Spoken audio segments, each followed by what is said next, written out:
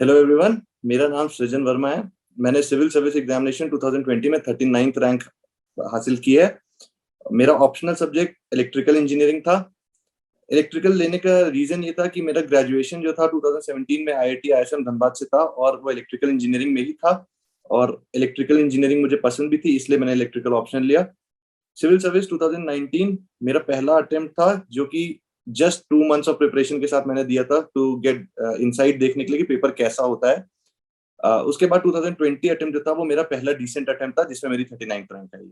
Civil service exam का दिमाग में मेरे कॉलेज टाइम से ही था, लेकिन मैंने बहुत स्ट्रेटेजाइज करके इस एग्जाम को अटेम्प्ट करने की कोशिश की थी। मुझे पता था कि ये एग्जाम बहुत डिफिकल्ट होता है और शायद डायरेक्ट फ्रेश कॉलेज ग्रेजुएट के लिए मुझे अपने ऊपर इतना कॉन्फिडेंस नहीं था कि मैं कर पाऊंगा। इसलिए मैंने पहले अपने बैकअप प्लान्स लिए। मैंने इलेक्ट्रिकल इंजीनियरिंग को थोड़ा सा वे किया कि इलेक्ट्रिकल इंजीनियरिंग मेरे लिए ऑप्शनल एज एन ऑप्शनल कितना बेनिफिशियल हो सकता है।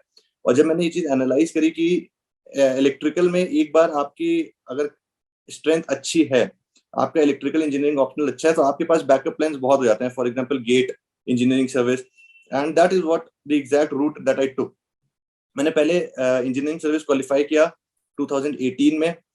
उसमें मुझे डिपार्टमेंट ऑफ रेलवेज अलॉट हुआ IRSEE सर्विस। उससे मुझे 1 साल की एक्स्ट्रा ऑर्डिनरी लीव मिली and then I prepared for civil service examination in that leave duration. Oops, इस रुकावट के लिए सॉरी, पर आपकी यूपीएससी की तैयारी में कोई बाधा ना आए, चाहे वो रिसोर्सेस की हो या सही गाइडेंस की। इसके लिए पिछले 5 साल से sleepy classes quality content provide कर रहा है अफोर्डेबल प्राइसेस पे।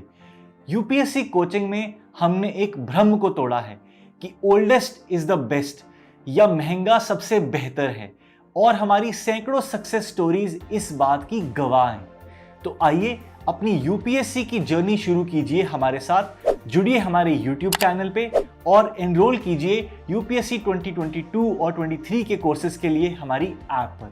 धन्यवाद। और इवेंचुअली फिर उसका जो प्रॉपर नेक्स्ट अटेम्प्ट था 2020 वाला, वो मैंने अपीयर किया। उसका कुछ पोर्शन मेरे लीव के साथ कोइंसाइड कर रहा था, कुछ सर्विस के साथ भी कोइंसाइड कर रहा था, तो दोनों चीजें मैनेज कर ली मैंने किसी तरीके से। एंड इवेंचुअली सिविल सर्विस 2020 में मेरी 39th रैंक आई। 2020 मेरा पहला डिसेंट अटेम्प्ट था, जैसे कि मैंने बताया।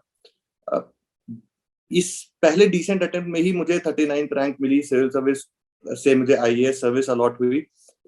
उसके पीछे काफी सारी चीजें थी जो एज अ टॉपर स्टॉक में मैं बता नहीं पाता हूँ। ठीक है, उसका बहुत बड़ा रीजन ये है कि कहने को तो ये मेरा पहला डिसेंट अटेम्प्ट था, but there were people who were behind me, जो मुझे गाइड कर रहे थे, जिनकी बहुत बहुत टाइम का एक्सपीरियंस था।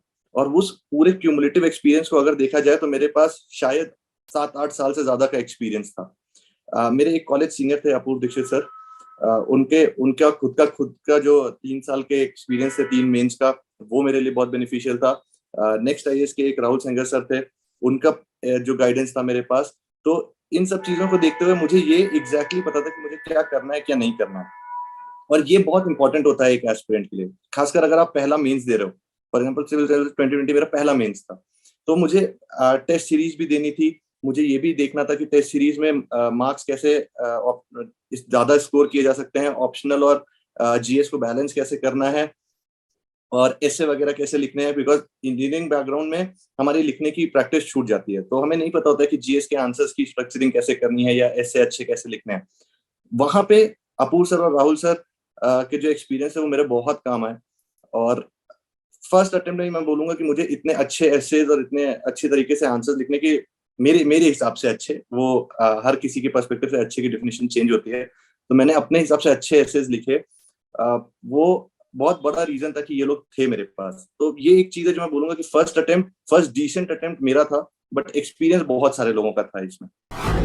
DKT UPSC CSC, अगर आप केवल सिविल सर्विस परीक्षा के प्रीलिम्स, मेंस और इंटरव्यू के वीडियो देखना चाहते हैं तो सब्सक्राइब करें DKT UPSC CSC चैनल। यहाँ आपको टॉपर्स के वीडियो रैंक के हिसाब से अरेंज मिलेंगे। चैनल के लिंक के लिए डिस्क्रिप्शन बॉक्स में जाएं। एक फ्रेश कैंडिडेट के हिसाब से अगर हम लोग बात करें यहाँ पे, तो जब मैं 2019 में प्रिपेयर करने आया था, 2019 मार्च में मैंने स्टार्ट करी थी प्रिपरेशन, तो मैं भी ब्लैंक था। मुझे नहीं पता था कि क्या करना है कैसे करना है। इवेंचुअली मेरा एक फ्रेंड था जय Shivani, who got selected in 2018 paper, मेरे जस्ट प्रिपरेशन स्टार्ट करने के बाद ही। तो मैं उससे मिला, मैंने उससे पूछा, तो उसने मुझे बेसिक बुक लिस्ट बताई and I started with that preparation.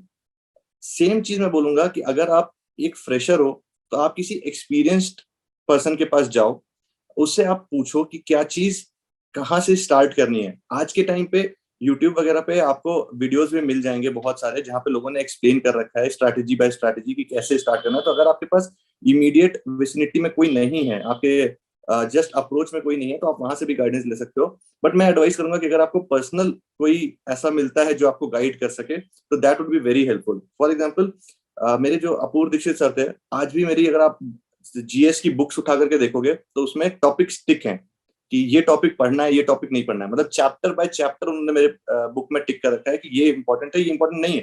Because he realise कि 2019 में जब मैं आया हूँ, मेरे पास 1 साल की लीव थी रेलवे से, मुझे उस 1 साल में ही प्रिपेयर करना था। तो ही रियलाइज कि उस 1 साल में मेरे लिए क्या चीज इंपॉर्टेंट है और उसको कैसे फिट करना है, तो उन्होंने वो चीज मेरे लिए ट्रिम करके मुझे दी। अगर ये चीज आपके लिए कोई कर सकता है, अगर आप फ्रेशर हो, जस्ट कॉलेज में हो, तो आपको शायद इसकी जरूरत नहीं पड़ेगी, क्योंकि आपके पास पूरा टाइम है प्रिपेयर करने का। आप सब चीज पढ़ सकते हो, बहुत इन डेप्थ नॉलेज ले सकते हो और फिर अटेम्प्ट कर सकते हो। बट अगर आप वर्किंग प्रोफाइल में हो या मेरी तरह 1 साल की लीव पे प्रिपेयर कर रहे हो, तो आपको स्ट्रैटेजाइज करना पड़ेगा। और स्ट्रैटेजाइज हम खुद से नहीं कर सकते, क्योंकि हमारा एक्सपीरियंस खुद बहुत कम है। उस टाइम पे जो एक्सपीरियंस लोग हैं, यहाँ पे कोचिंग इंस्टीट्यूट्स के जो टीचर्स होते हैं, या आपके जो सीनियर्स होते हैं, या आपके जो कॉलेज फ्रेंड्स होते हैं जो पहले से प्रिपेयर कर रहे हैं, जिन्हें इनकी इंफॉर्मेशन है, वो आपके बहुत काम आ सकते हैं। तो मैं एडवाइस करूंगा कि ऐसा आप एक फ्रेंड सर्कल जरूर रखें, या 1-2 लोग ऐसे आप जरूर अपने पास रखें जो आपको स्टेप बाय स्टेप गाइड कर सकें। बुक लिस्ट की जब बात आती है, तो मेरी बुक लिस्ट बहुत सिंपल सी थी, वही एनसीईआरटीज और लक्ष्मीकांत, स्पेक्ट्रम, जो हर टॉपर आपको रिकमेंड करता है, वो थी। एक चीज जो मैं यहाँ पे बताना चाहूंगा कि टॉपिक्स लाइक इकोनॉमिक सर्वे या योजना, कुरुक्षेत्र, जो लोग बोलते हैं कि पढ़नी चाहिए, डेफिनेटली पढ़नी चाहिए। बट मैंने बताया कि मेरे पास टाइम बहुत ज्यादा नहीं था, मुझे 1 साल में ही सब कुछ मैनेज करना था, जीएस कंप्लीट करना था, ऑप्शनल रिवाइज करना था और टेस्ट सीरीज भी रहना था। तो कुरुक्षेत्र, योजना और ये इकोनॉमिक सर्वे, ये सब मैंने नहीं पढ़े थे। तो उसका एक बहुत बड़ा रीजन ये था कि मेरे ऑप्शनल में इसकी रिक्वायरमेंट नहीं थी। मेरे ऑप्शनल इलेक्ट्रिकल इंजीनियरिंग था और मेरी स्ट्रेंथ भी इलेक्ट्रिकल इंजीनियरिंग थी। मुझे जीएस में, मेरा जो पहले से ही स्ट्रेटेजी थी कि मुझे जीएस में एक एवरेज मार्क्स लाने हैं और ऑप्शनल में जितना ज्यादा मैं स्कोर कर सकता हूँ उतना करना है। तो इवेंचुअली अगर मेरी मार्कशीट देखी जाए तो that did work in my favour. Electrical में मेरे काफी अच्छे मार्क्स हैं, जीएस में मेरे एवरेज मार्क्स ही हैं। अगर मैंने योजना, कुरुक्षेत्र या इकोनॉमिक सर्वे सब पढ़ा होता, हो सकता है मेरे जीएस पेपर 3 में या ऐसे वगैरह में थोड़े से और अच्छे मार्क्स होते। बट देन अगेन मुझे पता है कि अगर मैं वो चीज करता तो मेरा ऑप्शनल कहीं ना कहीं कॉम्प्रोमाइज हो रहा होता, इसलिए मैंने वो नहीं किया। तो आई सजेस्ट कि अगर आपके पास टाइम कम है और आपका ऑप्शनल ऐसा है कि उसमें इन सब चीजों की जरूरत नहीं है, तो आप उसको स्किप कर सकते हो। लेकिन अगर आपके पास टाइम है और आपका ऑप्शनल ऐसा है जिसमें इसकी जरूरत पड़ती है, तो आपको डेफिनेटली इसको पढ़ना चाहिए और स्किप नहीं करना चाहिए। बहुत सारे सब्जेक्ट्स होते हैं जिसके लिए डेडिकेटेड बुक्स हैं, बहुत अच्छे ऑथर्स की बुक्स हैं जो आप रेफर कर सकते हो। बट पर्सनली स्पीकिंग, मैंने बहुत सारी चीजों की बुक्स नहीं रेफर करी। फॉर एग्जाम्पल, सोसाइटी हो गई, सोसाइटी की बस एनसीईआरटीज मैंने पढ़ी थी। उसके बाद आपका इंटरनेशनल रिलेशन हो गया, साइंस एंड टेक हो गया। तो इनके लिए मैंने कोई बुक्स रेफर नहीं करी थी as such. Being from science background, science के लिए मुझे ज्यादा एफर्ट नहीं करना पड़ता था और चीजें मुझे नेचुरली समझ में आती थी। जो चीज मैं पढ़ता था, जो नहीं भी आती थी, उसके लिए यूट्यूब के आपके पास सोर्स है। यूट्यूब पे आप गूगल करके, मतलब जैसे भी आप करना चाहो, आप उन चीजों को समझ सकते हो, बहुत एफर्ट नहीं लगेगा। दूसरी चीज, बीइंग फ्रॉम टेक्निकल बैकग्राउंड, मैं बस ये सजेस्ट करूंगा कि राइटिंग प्रैक्टिस हमें नहीं होती है।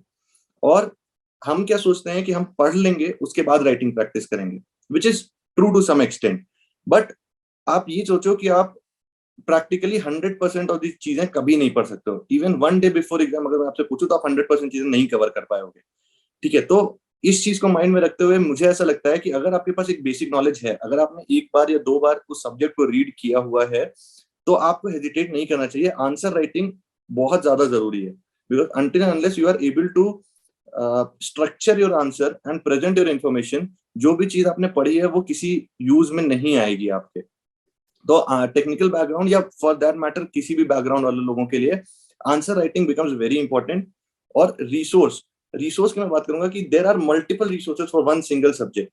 पॉलिटी में भी अगर आप जाओगे तो बहुत सारी चीजें आपको मिलेंगी, आपको कोचिंग के हैंड रिटन नोट्स मिलेंगे, आपको कोचिंग की बुकलेट्स मिलेंगी जो वो पब्लिश करते हैं, लक्ष्मीकांत है, एनसीईआरटीज है, बहुत सारी रिसोर्सेज आपको मिलेंगी। Limit your resources. मेरा बस ये कहना है कि आप लिमिट करो, जहां से भी पढ़ रहे हो उसको अच्छे से पढ़ो, मल्टीपल टाइम्स पढ़ो, rather than reading the same subject from multiple sources. So that will help a lot in getting the confidence over a subject. मैं टाइमलाइन आपको बताना चाहूंगा। पहले मैं अपनी टाइमलाइन बताता हूँ और फिर मैं उसको मॉडिफाई करके बोल सकता हूँ कि कैसे आप उसको अपने हिसाब से अडाप्ट कर सकते हैं। तो I started preparation in 2019 March almost, ठीक है। फिर 2019 मार्च से पहला जो अटेम्प्ट था दैट वाज अर्ली इन जून 2019।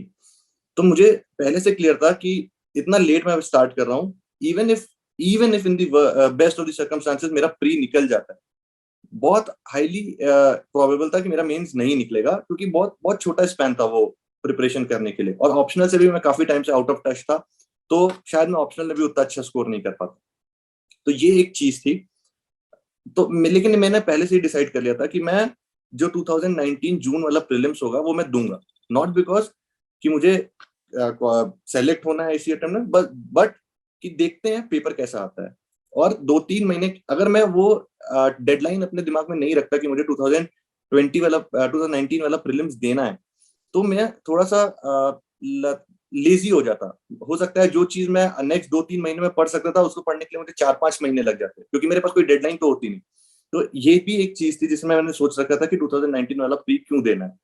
तो by the time prelims paper हुआ, मैंने पूरा जो स्टैटिक बुक्स होती हैं, Laxmikanth, Spectrum, NCERTs, even atlas, फिर 1 साल की जो करंट अफेयर्स की बुकलेट होती हैं, वो सब एक बार पढ़ लिया था। तो इन दोज 3 मंथ्स एक बार पढ़ने में कुछ ज्यादा याद नहीं रहता, but at least I had a confidence कि हाँ मैंने एक बार पढ़ लिया है।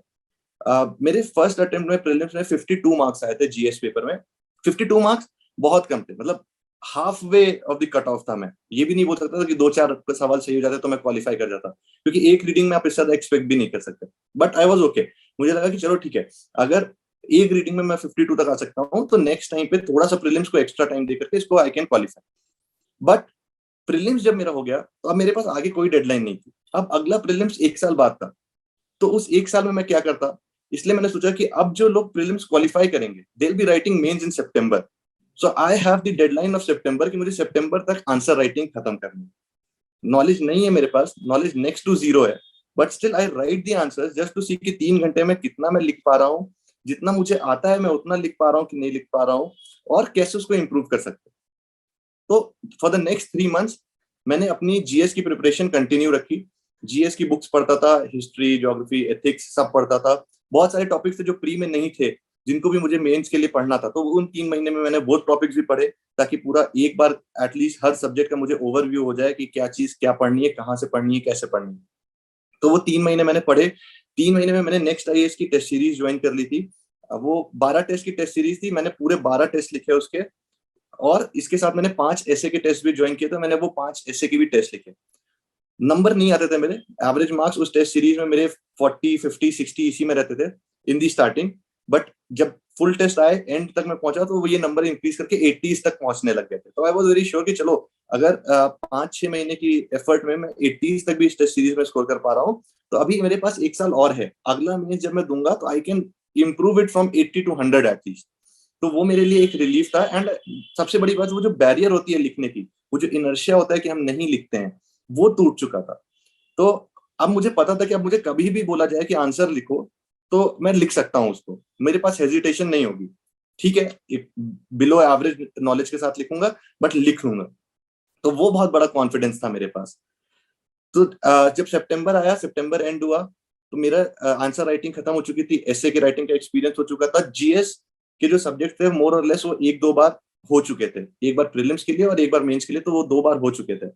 अब मुझे अपना ऑप्शनल रिवाइज करना था, क्योंकि ऑप्शनल मेरे लिए स्ट्रेंथ थी, तो मुझे पता था कि मुझे ऑप्शनल पे थोड़ा सा ज्यादा टाइम डेडिकेट करना है। एक चीज और मैं मेंशन करना चाहूंगा, मेरा ऑप्शनल इस पॉइंट पे स्टार्ट नहीं हो रहा था, मेरा ऑप्शनल ऑलमोस्ट कंप्लीट हो चुका था मेरे सिविल सर्विस की प्रिपरेशन में आने के पहले। ये चीज मतलब बहुत विजिबल नहीं होगी, इसलिए मैं इसको एक्सप्लिसिटली मेंशन कर रहा हूँ यहाँ पे। सिविल सर्विस के पहले इंजीनियरिंग सर्विस में जब मैंने इलेक्ट्रिकल से पेपर दिया था, तो उसमें मेंस में आउट ऑफ 600 मेरे 420 प्लस मार्क्स थे, विच इज रफली 70%। तो मुझे अपने ऑप्शनल पे बहुत कॉन्फिडेंस था कि हाँ, अगर उस एग्जाम में मैं 70% स्कोर कर सकता हूँ तो यहाँ पे भी मैं अबव एवरेज परफॉर्म कर सकता हूँ। तो इसलिए मैंने थोड़ा सा लेट अपने ऑप्शनल को स्टार्ट किया, और इसके पहले के टाइम पूरा जीएस के लिए दे रखा था। मैंने ऑप्शनल इस बीच में देखा भी नहीं था। ऑप्शनल मैंने अपना अक्टूबर, नवंबर, दिसंबर 3 महीने इन्वेस्ट किए और मैंने ऑप्शनल पूरा पढ़ा। मेरी स्ट्रेटजी ये थी कि from 1st January I will go back to the prelims mode. पिछली बार प्रीलिम्स मेरा अच्छे खासे मार्जिन से छूटा था, तो आई डिड नॉट वांट कि इस बार मेरा प्रीलिम्स फिर से छूट जाए। बिकॉज अगर आपका प्रीलिम्स नहीं हो रहा है तो आप कितनी भी आंसर राइटिंग कर लो, आप कितना भी अपना ऑप्शनल स्ट्रॉन्ग कर लो, इट डजंट मैटर, आपको लिखने की अपॉर्चुनिटी नहीं मिलेगी। तो मैंने प्रीलिम्स के लिए सोचा था कि मैं स्पेशली 4-5 मंथ्स अलग से डेडिकेट करूंगा प्रीलिम्स के लिए, एंड आई मेक श्योर कि प्रीलिम्स मेरा हर कॉस्ट पे निकले। उसके बाद फिर से मैं आंसर राइटिंग या जीएस या ऑप्शनल फिर से कवर कर लूंगा। तो ये मेरी स्ट्रैटेजी थी, और मैंने इसमें ये भी सोच रखा था कि मैं मैक्सिमम नंबर ऑफ टेस्ट दूंगा, at least 60-70 test for prelims I do. क्योंकि मुझे लोगों ने बता रखा था कि प्रीलिम्स इंफॉर्मेशन या नॉलेज का एग्जाम नहीं है, that is based on how calm and compose and how logically you can eliminate the answers options to reach at the correct answer. तो वो चीज प्रैक्टिस से डेवलप होती है, वो कभी भी आपके मल्टीपल रीडिंग से नहीं डेवलप होगी। मल्टीपल रीडिंग्स हाँ जरूरी है, बट अगर उसको आपने प्रैक्टिस नहीं कर रखी है उन चीजों की, तो आप उसको एग्जाम में रेप्लिकेट नहीं कर पाओगे। तो ये एक चीज थी। तो फिर मैंने 1st जनवरी से स्टार्ट करी, बट कोविड आ गया बीच में, तो जो पूरी मेरी टाइमलाइन बनी हुई थी वो थोड़ी सी शिफ्ट हो गई। कोविड बहुत, मतलब पैंडेमिक की बहुत नुकसान हुआ, बट अगर मेरी प्रिपरेशन वाइज देखा जाए तो मेरे लिए वो थोड़ी सी फेवरेबल भी रही, because I got some extra time. मेरे जैसे जनवरी, फरवरी, मार्च, मिड मार्च तक मैंने अपने प्रीलिम्स की प्रिपरेशन स्टार्ट रखी। उसके बाद कोविड की वजह से लॉकडाउन हो गया, तो सबको पता चल गया था कि प्रीलिम्स के पेपर जो है पोस्टपोन होने वाले हैं। तो मैंने थोड़ा सा जो एथिक्स वगैरह सब्जेक्ट थे जो काफी टाइम हो गया था पढ़े हुए, मैंने उन्हें रिवाइज किया 1 महीने में। अप्रैल एंड तक मैंने उसको किया। Then May and June I dedicated for my optional. पूरा मैंने ऑप्शनल मई और जून में पढ़ा, जितना भी मैं कर सकता था, जितनी भी जहां से प्रैक्टिस कर सकता था वो किया। देन जुलाई ऑनवर्ड्स मैं फिर से प्रीलिम्स के मोड पे चला गया था, क्योंकि मुझे पता था कि अब ठीक है, अब बहुत होगा तो सितंबर तक पेपर हो जाएगा। तो मुझे भी उधर 2-3 महीने चाहिए थे प्रीलिम्स के लिए, तो मैं जुलाई ऑनवर्ड वापस प्रीलिम्स मोड पे चला गया। अक्टूबर में डेट आई, अक्टूबर की डेट थी प्रीलिम्स की, प्रीलिम्स दिया, प्रीलिम्स क्वालिफाई हो गया। उसके बाद जनवरी में मेंस था, तो वो 3 महीने मुझे मिले। उसमें मैंने ऑप्शनल और जीएस फिर से साथ में किया, आंसर राइटिंग किया, दोनों की टेस्ट सीरीज किया, एसए की टेस्ट सीरीज किया। बीच में मुझे रेलवे में मेरी जो एक्स्ट्राऑर्डिनरी लीव थी वो खत्म हो गई, तो मुझे जाना पड़ा। मैं दिसंबर में मैंने रेलवे ज्वाइन किया। सो विद ऑलमोस्ट 20-25 डेज मैं वहां पे सर्विस के साथ मैंने प्रिपरेशन करी, वहां पे भी आंसर राइटिंग वगैरह करता था सर्विस के साथ। लीव लेकर के आया मेंस देने के लिए, एंड देन फिर वापस मैं चला गया उसको ज्वाइन करने के लिए रेलवे। तो I continued in railway from that time. अब इस चीज को अगर मैं बात करूं कि आप अपने हिसाब से कैसे मिक्स कर सकते हो, तो पहली चीज तो आप ये हमेशा ध्यान रखना कि प्रीलिम्स सबसे इंपॉर्टेंट स्टेज है। अगर प्रीलिम्स का हर्डल नहीं क्रॉस हो रहा है तो आपके ऑप्शनल और मेंस कितना स्ट्रांग है कोई फर्क नहीं पड़ेगा उससे। तो प्रीलिम्स के लिए आप डेडिकेटेड मंथ्स निकाल लेना प्री के पहले, एंड टेस्ट सीरीज जितनी हो पाए उतनी प्रैक्टिस करना। मैं तो ये बोलूंगा एटलीस्ट दो कोचिंग इंस्टीट्यूट की टेस्ट सीरीज कंप्लीट मैं रिकमेंड करता हूँ कि आप उसको करो ही करो। उसके अलावा अगर आपके पास और टाइम है तो आप कर सकते हो, नहीं है तो नहीं कर सकते, वो डिपेंड करता है पर्सन टू पर्सन। अब रही बात जीएस कब पढ़ना है और ऑप्शनल कब पढ़ना है, तो एडवाइजेबल होगा कि आप जीएस और ऑप्शनल दोनों साथ में लेके चलो। मेरे केस में मेरा ऑप्शनल इतना स्ट्रांग था कि मुझे पता था कि मैं 2 महीने में उसको फिर से रिवाइज करके वापस उसी लेवल पे लेकर के आ सकता हूँ। इसलिए मैं बीच में 2-3 महीने के लिए अपना ऑप्शनल पूरा ड्रॉप कर देता था और सिर्फ जीएस पढ़ता था। बट अगर आपका वो कमांड नहीं है ऑप्शनल पे, और अगर आपने 2 महीने के लिए अपना ऑप्शनल छोड़ दिया, तो next time you will be starting with your optional, आप फ्रॉम दी स्क्रैच पढ़ रहे होगे और वो बहुत ज्यादा टाइम आपका वेस्ट कर देगा। तो इसलिए ट्राई टू बैलेंस ऑप्शनल और जीएस साथ में। दिन में आप डिवाइड कर लो, 60% time for GS, 40% time for the optional. क्योंकि 60% मैं इसलिए जीएस को ज्यादा बोल रहा हूँ क्योंकि उसमें न्यूज़पेपर, करंट अफेयर्स, ये सब चीजें भी आपको पढ़नी होती हैं, तो वो ऑब्वियसली थोड़ा सा ज्यादा टाइम लेगा। और ऑप्शनल के लिए 40% आपने दिया है, तो आप उसमें या तो कुछ नया पढ़ना है तो नया पढ़ लो, रिवाइज करना है रिवाइज कर लो, टेस्ट देना है टेस्ट दे लो, इस तरीके से आप करो। But try avoiding the monthly pattern जो मैंने किया था, अनटिल अनलेस आपका बहुत ज्यादा कमांड आपके ऑप्शन के ऊपर। एक इशू टेस्ट सीरीज से रिलेटेड लोगों का ये भी होता है कि जैसे बहुत स्मॉल टाउन में हम लोग रहते हैं तो वहां पे टेस्ट सीरीज के ऑप्शंस अवेलेबल नहीं होते हैं, या आप ऑफलाइन सेंटर्स पे जाकर के टेस्ट नहीं लिख सकते हो। बट इंटरनेट रीच की वजह से आज आप हर चीज ऑनलाइन एक्सेस कर सकते हो। तो इन केस आप ऑफलाइन सेंटर्स पे जाके नहीं भी लिख पा रहे हो तो आप उसको लिख करके अपलोड कर सकते हो, वहां से इवैल्यूएटेड कॉपी आ जाएगी। हाँ, इवैल्यूएटेड कॉपी में एक इश्यू होता है कि कई बार जब पीक टाइम होता है तो coaching industries are very busy, वहां पे बहुत सारे लोग टेस्ट लिख रहे हैं, बहुत सारे लोगों की कॉपी चेक हो रही होती है, और उनकी भी एक कैपेसिटी कांस्टेंट होता है जिसकी वजह से वो इमीडिएटली आपको आपकी कॉपी पे फीडबैक नहीं दे सकते। एज एन एस्पिरेंट वो मुझे भी बहुत इशू फेस होता था कि मैंने आज टेस्ट लिखा तो मुझे रिव्यू अगले टेस्ट के पहले चाहिए। अगर वो रिव्यू अगले टेस्ट के बाद आ रहा है तो तब तक तो मैं भूल चुका हूं कि मैंने पिछले टेस्ट में क्या लिखा था, वो रिव्यू मेरे लिए उतना मैटर भी नहीं करता। तो ये एक इशू एज एन एस्पिरेंट मैं फेस करता था। बट फॉर्चुनेटली मेरे पास अपूर सर थे, राहुल सर थे, तो दीज वर टू पीपल जिनके साथ मैं आंसर लिखता था तो मैं तुरंत ही वो कर देता था कि सर एक दो आंसर आप देख लो, एक दो आंसर में क्या फीडबैक हो सकता है वो मुझे बता दो, ताकि मैं ये समझ जाऊं कि मुझे अगली बार के लिए क्या चीज इंप्रूव करना है। और उसके बाद जब बाद में इवैल्यूएटेड कॉपी आएगी तो जो भी मुझे जितना भी ध्यान रहेगा मैं उसके हिसाब से उसको एक्सेप्ट कर लूंगा, उस चीज को देख करके उसको अकोमोडेट कर लूंगा। तो ये एक चीज थी जो मैं करता था, और यहाँ पे भी उन लोगों की गाइडेंस काफी मेरे लिए हेल्पफुल थी। फिर से यही चीज मैं आपको बोलूंगा कि इन केस आपके पास आपका कोई फ्रेंड है जो इस साइकिल में है या इस साइकिल में नहीं भी है बट इस साइकिल की इंफॉर्मेशन रखता है, तो आप उसको अप्रोच कर सकते हो। अपलोड करते टाइम आप एक कॉपी कोचिंग के लिए अपलोड कर दो, एक कॉपी आप उसे सोशल मीडिया पे शेयर कर दो, and if it is not possible for him कि वो पूरी कॉपी देखे तो आप उसे बस इतना बोल दो कि आप एक दो आंसर्स, डिपेंडिंग अपॉन कि आप कितनी देर के लिए अवेलेबल हो, बस एक दो आंसर पे भी अगर आपने फीडबैक दे दिया तो मेरे लिए वो काफी यूजफुल हो जाएगा। तो this can be your approach. बाकी कोचिंग इंस्टीट्यूट्स क्या, अगर आप ऑफ पीक टाइम पे टेस्ट सीरीज लिख रहे हो तो उसमें आपको ये इशू नहीं फेस होगा, वहां पे वो काफी इमीडिएटली आपको कॉपीज आपकी मिल जाएंगी, तो आप उससे इवैल्यूएटेड फीडबैक ले सकते हो। बहुत सारी वेबसाइट्स होती हैं, फॉर एग्जांपल आईएएस बाबा हो गई, इनसाइट्स हो गई, और भी कई कोचिंग इंस्टीट्यूट्स हैं जो आपको डेली क्वेश्चंस देती हैं कि आप इन क्वेश्चंस को प्रीलिम्स के लिए और मेंस के लिए आप प्रैक्टिस कर लो। पर्सनली मैंने आपको पहले भी बताया कि मेरे पास उतना टाइम था नहीं, मुझे एक साल में ही सब कुछ मैनेज करना था, और जब आप एक साल में सब कुछ मैनेज कर रहे होते हो तो आपके पास पर डे जो चीजें होती हैं पढ़ने के लिए वो काफी ज्यादा होती हैं।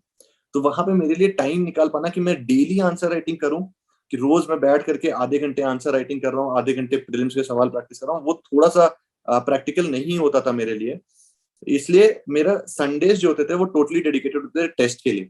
तो जैसे मैंने बताया था कि मैं अक्टूबर नवंबर दिसंबर इलेक्ट्रिकल पढ़ रहा था, तो अगर मैं इलेक्ट्रिकल पढ़ रहा हूँ तो अक्टूबर नवंबर दिसंबर के हर संडे मैं इलेक्ट्रिकल के टेस्ट दे रहा था। फिर जनवरी फरवरी मार्च ऑनवर्ड जब मैंने प्रीलिम्स की प्रिपरेशन स्टार्ट करी तो मैंने हर संडे तो वो प्रीलिम्स के टेस्ट मेरी प्रैक्टिस हो रही थी। इवन जब एग्जाम के बहुत क्लोज आ गया था तो रोज के एक टेस्ट हो गए थे प्रीलिम्स के, कि मंडे टू फ्राइडे रोज टेस्ट दे रहे हैं, सैटरडे उन मंडे टू फ्राइडे वाले टेस्ट को रिवाइज कर रहे हैं, और संडे जो भी चीज नई पढ़नी है वो नया पढ़ रहे हैं। तो इस तरीके से उसको स्ट्रेटेजाइज करता था। जब जून जुलाई अगस्त वाला टाइम था, सितंबर वाला, जब मैंने इसकी टेस्ट सीरीज मेंस की टेस्ट सीरीज कर रहा था, तो भी मेरा हर संडे या तो मैं जीएस का टेस्ट लिखता था या एसए का टेस्ट लिखता था। तो टेस्ट मेरे लिए काफी वो ऐसे थे कि मैं राइटिंग प्रैक्टिस या प्रीलिम्स की प्रैक्टिस होती थी मैं संडेज को ही करता था एंड नॉट डेली, क्योंकि वो थोड़ा सा टाइम निकाल पाना मेरे लिए बहुत डिफिकल्ट है। बट अगर आपके पास टाइम है, आप उस चीज को इनकॉर्पोरेट कर सकते हो, तो कोई भी प्रैक्टिस वेस्ट नहीं जाती। It will always be a learning experience for you. आप किसी एक कोचिंग से कर लो या दूसरे कोचिंग से कर लो, फर्क नहीं पड़ता, until unless you are honestly doing that। Current affairs की बात अगर हम लोग करें तो जब मैं नया नया प्रिपरेशन करने आया था 2019 मार्च में, मैं अपने कॉलेज सीनियर और मेरे फ्रेंड जो जय था उसके साथ रहता था।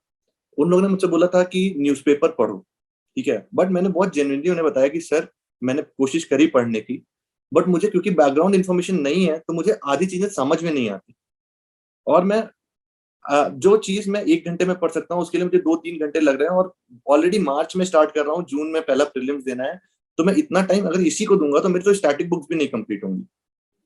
तो दे सजेस्टेड मी एन आइडिया कि ठीक है तुम पेपर नहीं पढ़ पा रहे हो, मुझे भी पता है कि तुम्हारे पास बैकग्राउंड इन्फॉर्मेशन नहीं है, और तुम्हें इश्यू फेस होगा इस चीज का। तो डू वन थिंग, यूट्यूब पे बहुत सारी न्यूज़पेपर की एनालिसिस आती है।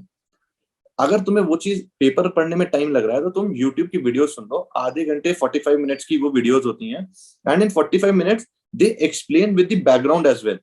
तो बहुत सारी चीजें जो अभी अभी आज के पेपर में आई होंगी वो उसका पीछे का डेवलपमेंट भी तुम्हें पता चल जाएगा।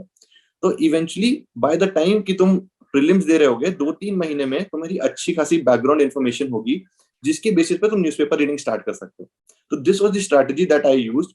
प्रीलिम्स के बहुत पास था तो उतना टाइम मैंने इन्वेस्ट नहीं किया न्यूज़पेपर में, टाइम नहीं रहता था।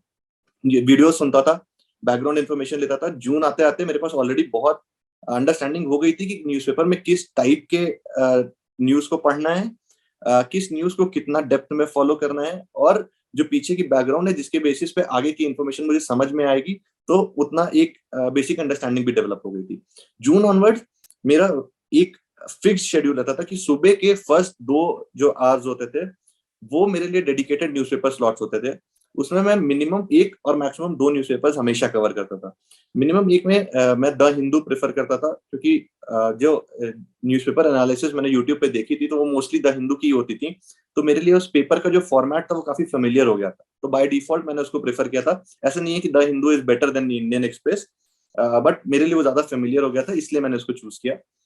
इसके बाद अगर द हिंदू 1.5 आवर में मैं कंप्लीट कर लेता था तो रिमेनिंग 30 मिनट्स 45 मिनट्स जितना भी होता था I used to take out for Indian Express. Indian Express में भी मैं बहुत सिलेक्टिव रीडिंग करता था। I started with explained, then I move to editorials, और उसके बाद भी अगर टाइम बच गया तो मैं बस देख लेता था कि कौन सी न्यूज हिंदू में कवर्ड नहीं है। तो ये मेरी न्यूज़पेपर को लेकर स्ट्रैटेजी थी। इसके अलावा डेली 1 आवर अगर आप मंथली करंट अफेयर कंपाइलेशंस को देते हो, जो मेरे केस में विजन का कंपाइलेशन था, इररिस्पेक्टिव कि विजन का है या किसी का है, आप किसी का भी कर सकते हो। इवन नेक्स्ट आईएएस का भी कंपाइलेशन काफी अच्छा आता है। तो आप किसी को भी, आप जो भी आपकी पर्सनल प्रेफरेंस है, बस stick to one particular preference, ठीक है? तो आप उसको पढ़ो। जो भी कंपाइलेशन है, एक आवर अगर आप डेली डेडिकेट कर रहे हो करंट अफेयर्स को, that would be more than sufficient. इसके साथ कई बार ऐसा होता है कि बहुत डाउन टाइम होता है, आपका पढ़ने का मन नहीं करता है, आपको लगता है कि यार कब तक ये बुक बार बार पढ़ते रहें, क्या करें। तो उस टाइम पे मेरे लिए एक यूट्यूब वीडियोस होती थी स्टडी आईक्यू की या किसी और चैनल की, आप देखो तो वो छोटे छोटे 5-10 मिनट की वीडियोस होती थी जो करंट में क्या चीजें चल रही हैं उसकी पूरी ब्रीफ हिस्ट्री और उसकी एनालिसिस बताते थे। तो जब मुझे पढ़ने का मन नहीं करता था तो मैं वो वीडियोस प्ले करके at the speed of 2x मैं उसको सुनता था। तो जो 10 मिनट की वीडियो थी वो 5 मिनट हो जाती थी। ऐसे मैं आधे घंटे में कई सारी वीडियोस कवर कर लेता था। तो वो भी एक सोर्स ऑफ इन्फॉर्मेशन की तरह एक्ट करता था। तो आपका टाइम वेस्ट नहीं होता उससे, वो बस यूटिलाइज हो जाता है। तो आपको टेक्नोलॉजी को उस हिसाब से यूज करना है जहां पे आप उसका बेस्ट बेनिफिट एक्सट्रैक्ट कर पाओ। स्टडी आईक्यू चैनल है जो मैं रिकमेंड करूंगा आपको कि अगर आपके पास टाइम हो तो आप स्टडी आईक्यू की वीडियोस देख लीजिए। इसके अलावा न्यूज़पेपर एनालिसिस के लिए एक अनअकैडमी के न्यूज़पेपर्स जो वीडियो आते हैं एनालिसिस, वो अच्छे होते हैं। और एक मैं दिखता था स्टडी लवर वीर करके है, उसकी वीडियो देखता था, बट वो बहुत स्टडी लवर वीर वाली वीडियोस में बहुत इनिशियल टाइम में देखता था। जब एक प्रॉपर प्रिपरेशन फेज में आ गया था मैं, जब खुद से पेपर वगैरह पढ़ने लगा था, तो मैंने मोस्टली अगर कभी न्यूज़पेपर पढ़ने का टाइम नहीं है तो मैं अनअकैडमी से स्टिक करता था या स्टडी आईक्यू। ये 2 मेरे मेजर सोर्स होते हैं। नोट्स की अगर बात आती है तो मैंने हर सब्जेक्ट के नोट्स नहीं बनाए थे, for the very same reason कि मेरे पास टाइम कांस्टेंट था मेरी प्रिपरेशन को लेकर के, तो मैं हर चीज के नोट्स नहीं बना सकता था। मोस्टली मैं प्रेफर करता था कि मेरे जो फ्रेंड्स हैं या मेरे सीनियर हैं उनके notes, 90% of the notes that I used to refer were मेरे जो कॉलेज सीनियर थे अपूर सर, उनके नोट्स से, उनके बनाए हुए नोट्स से जिनको लेकर के मैं पढ़ता था। और मेरे कोई डाउट्स भी होते थे उसमें तो मैं उन्हीं से क्लैरिफाई कर लेता था, क्योंकि वो मेरे साथ ही रहते थे 24 आवर्स। तो मेरे लिए बहुत ईजी एक्सेस थी अपने डाउट सॉल्विंग को लेकर के। तो वो बहुत इंपॉर्टेंट हो जाता है। अगर आपके पास टाइम है तो आप नोट्स बनाओ, बिल्कुल बनाओ। स्पेक्ट्रम और लक्ष्मीकांत 2 ऐसी बुक्स हैं जिसके लिए मैं बोलूंगा कि अगर आप नोट्स नहीं बनाओ तो ज्यादा अच्छा है, क्योंकि आप नोट्स बना लेते हो तो मोस्टली आप अपने नोट्स पे स्टिक करते हो। और वो दोनों बुक्स इतनी कॉम्प्रिहेंसिव है कि आप 100% चीजें नोट्स में रेप्लिकेट कर ही नहीं सकते। तो इट्स ऑलवेज बेटर कि उन 2-3 बुक्स जो हैं आप उनको उन्हीं के सोर्स से रीड करो। और बाकी सब्जेक्ट जैसे हैं, जैसे सोसाइटी हो गया, इंटरनेशनल रिलेशंस हो गया, इंटरनल सिक्योरिटी हो गया, या फॉर एग्जांपल करंट अफेयर्स भी, आप उसके भी अगर आपको कुछ ऐसी चीज मिलती है जो आपको लगता है कि मंथली कंपाइलेशन में नहीं है बट आपके यूज की है, तो आप उसकी नोट मेकिंग कर सकते हो। But avoid avoid the books such as Spectrum and Laxmikanth. तो there are obviously dos and don'ts जो कि मैं यहाँ पे बताना चाहूंगा। डूज पहले कवर करते हैं। उसमें जो भी मिनिमम बेसिक रिक्वायरमेंट्स हैं उसको तो आपको करना ही करना है। फॉर एग्जाम्पल एनसीईआरटीज, जो स्टैटिक बुक्स हैं, वो करंट अफेयर कंपाइलेशंस, तो ये सब चीजें तो आपको करना ही करना है। इसके अलावा आप किस टॉपिक पे कितना कमांड हासिल करना चाहते हो वो आपके ऊपर है। आप अपनी स्ट्रेंथ और अपनी वीकनेस के हिसाब से उसको मॉडिफाई करके कर सकते हो। डोंट जस्ट रियलाइज कि हर सब्जेक्ट इक्वली इंपॉर्टेंट है। At least paper 1, paper 2, paper 3, paper 4 का अगर हम ब्रेकिंग देखें तो सब 250 मार्क्स के ही हैं। पेपर 1 में जहाँ पे मल्टीपल सब्जेक्ट्स हैं, पेपर 4 में एथिक्स इकलौता ऐसा सब्जेक्ट है। तो हमें ये रियलाइज करना चाहिए कि हमें सब चीजें अच्छे से करनी है। जस्ट बिकॉज कि पेपर 1 में मल्टीपल सब्जेक्ट्स हैं डज नॉट मीन कि हम पेपर 1 को बहुत ज्यादा टाइम देते हैं जिसकी वजह से पेपर 4 हमारा निग्लेक्ट हो जाए। Paper 4 is very scoring. अगर आपने अच्छे से टाइम दे रखा है and you know how to attempt the paper, you have clarity of thought, you have clarity of expression, तो पेपर 4 में आपके बहुत अच्छे नंबर आ सकते हैं। मेरे केस में भी पेपर 1, पेपर 2, पेपर 3 के अगर मैं मार्क्स आपके साथ शेयर करूं तो देवर एवरेज और से बिलो एवरेज। पेपर 1 में 84, पेपर 2 में 90, पेपर 3 में 80। But it was in paper 4 where I scored 116, जो कि मेरे जीएस के मार्क्स को काफी एवरेज आउट कर देता है। तो अगर मैंने 1, 2, 3 में एक्स्ट्रा एफर्ट किया होता, हो सकता है कि मेरे 5 मार्क्स पर पेपर एक्स्ट्रा होते, बट उसकी वजह से मेरे एथिक्स के जो मार्क्स है वो काफी नीचे आ सकते थे। तो इसलिए मैं बोलूंगा कि डोंट्स में कभी भी किसी एक चीज के ऊपर बहुत ज्यादा एक्सेसिव टाइम देकर के किसी दूसरे पर निग्लेक्ट करने की जरूरत नहीं है। Have an average command over all the topics. And अगर आप जीएस की स्ट्रेटेजी, अगर आप मेरी तरह नहीं हो जो ऑप्शनल पर रिलाई करता है, तो आपको अपने जीएस को बहुत ज्यादा ब्रश करना पड़ेगा। तो आप इन डेप्थ जितना जा सकते हो, लेकिन उसमें भी सारे पेपर्स में। ये नहीं कि आपने सिर्फ 1 या 2 में बहुत इन डेप्थ पढ़ा और 3 और 4 को सुपरफिशियली कर लिया, ऐसे नहीं। हर पेपर को जितना भी आप दे रहे हो इंपॉर्टेंस, सबको एक बराबर इंपॉर्टेंस देना है। एक चीज जो और मैं बोलूंगा, डूज, आपकी टाइमलाइन आपके लिए बहुत क्लियर होनी चाहिए कि आपको क्या पढ़ना है, कब तक पढ़ना है और कितने दिन में पढ़ना है। ठीक है, आप ब्रीच नहीं कर सकते हो उस चीज को। मेरे केस में अगर मैं टीम के साथ शेयर करूंगा एक स्क्रीनशॉट जिसमें मैंने मेरी प्लानिंग है, वो प्लानिंग भी मेरी अपनी नहीं है। मेरे लिए वो प्लान भी मेरे जो कॉलेज सीनियर थे अपूर सर, उन्होंने बना करके मुझे नोट्स दिए थे, वो मेरे पास आज भी है। उसमें बहुत एक्सप्लिसिटली उन्होंने लिख रखा है कि इस सब्जेक्ट को इतना टाइम, इस सब्जेक्ट को इतना टाइम, इतने दिन में इसको खत्म करो और इस तरीके से पढ़ो।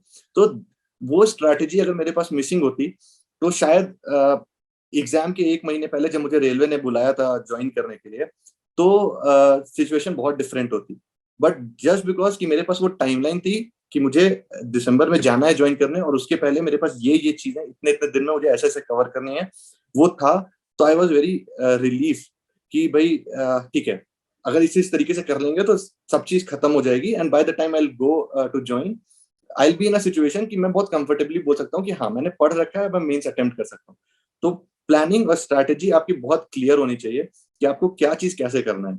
मंथली मैं बोलूंगा, if not monthly, at least fortnightly आपका शेड्यूल पूरा प्रॉपर प्रिपेयर्ड होना चाहिए, इंक्लूडिंग डेली प्लान्स। तो that will help you stay on track and track your progress. Prelims, आप ये मैंने पहले भी बोला है कि prelims is not a test of your knowledge और information. Prelims is a test कि आपने जो चीज पढ़ी है आप कितना काम और कंपोज होकर के उसको यूज कर सकते हो to arrive at the correct answer. ठीक है, तो अब जैसे बहुत सारे लोग पहली बार प्री में जा रहे होंगे, बहुत सारे लोग सेकंड या थर्ड टाइम जा रहे होंगे, तो जो पहले प्री अटेम्प्ट कर चुके हैं उन्हें इस चीज का एक्सपीरियंस होगा कि कैसे प्री के पेपर को अटेम्प्ट करना है, या कहाँ पे कमी रह जाती है, कहाँ पे नहीं रहती है। For those who are attempting for the first time, just keep one thing in mind. Even ये चीज हर किसी के लिए ट्रू है, जब भी आप पेपर में जा रहे हो, खासकर लोग जो परफॉर्मेंस प्रेशर में आते हैं पेपर में और पेपर खराब कर लेते हैं, जब भी आप पेपर में जा रहे हो, always keep one thing in mind कि वो पेपर जितना फ्रेश आपके लिए उतना सबके लिए, जितना डिफिकल्ट आपके लिए उतना ही डिफिकल्ट सबके लिए। तो अगर आप वहां जाकर के पेपर की डिफिकल्टी लेवल देख करके ये जज करोगे कि यार शिट, इसमें तो मेरा नहीं होगा लेकिन बाकी लोग का हो जाएगा, तो ऐसा कोई गारंटी नहीं। ठीक है, हो सकता है कि आप अगर काम और कंपोज होकर उस पेपर को अटेम्प्ट करो तो उस डिफिकल्ट पेपर में भी आपके बहुत अच्छे नंबर आए। प्रीलिम्स की जब मैं यहाँ पे घर पे टेस्ट सीरीज देता था तो मेरे एवरेज स्कोर 95 to 100, आई से 85 to 100 के बीच में होता था हर टेस्ट में ऑन एन एवरेज। बट जब मैं पेपर देने गया तो वहां पे वो बहुत ही ज्यादा डिफरेंट पेपर था टेस्ट सीरीज से। और जब यहाँ पे मैं जब घर पे टेस्ट सीरीज देता था तो उस टेस्ट सीरीज में मैं एनालाइज करता था, तो ऑलमोस्ट 45 क्वेश्चंस 45 क्वेश्चंस ऐसे होते थे जो मुझे श्योर शॉट आते थे, जिसमें मुझे पता होता था कि इसके आंसर यही है। और बाकी जिन पे मैं अराइव करता था गेस वर्क से या एनालाइज करके कि ये स्टेटमेंट गलत होगी, ये स्टेटमेंट सही हो सकती है, वो काफी ज्यादा होते थे, 50-55 के आसपास होते थे वो क्वेश्चन। सेम चीज जब मैंने पेपर दिया 2020 वाले प्रीलिम्स के पेपर में गया, मैंने एक रीडिंग कंप्लीट करी, I realise there were only 30 questions जो मुझे श्योर शॉट आते थे। तो जब अगर इसको मैं अपने नॉर्मल टेस्ट से कंपेयर करूं, जब घर पे मैं पेपर देता था तो ऑलमोस्ट 80-85-90 मार्क्स का मुझे श्योर शॉट आता था, और तब मैं कहीं 100 तक पहुंच पाता था।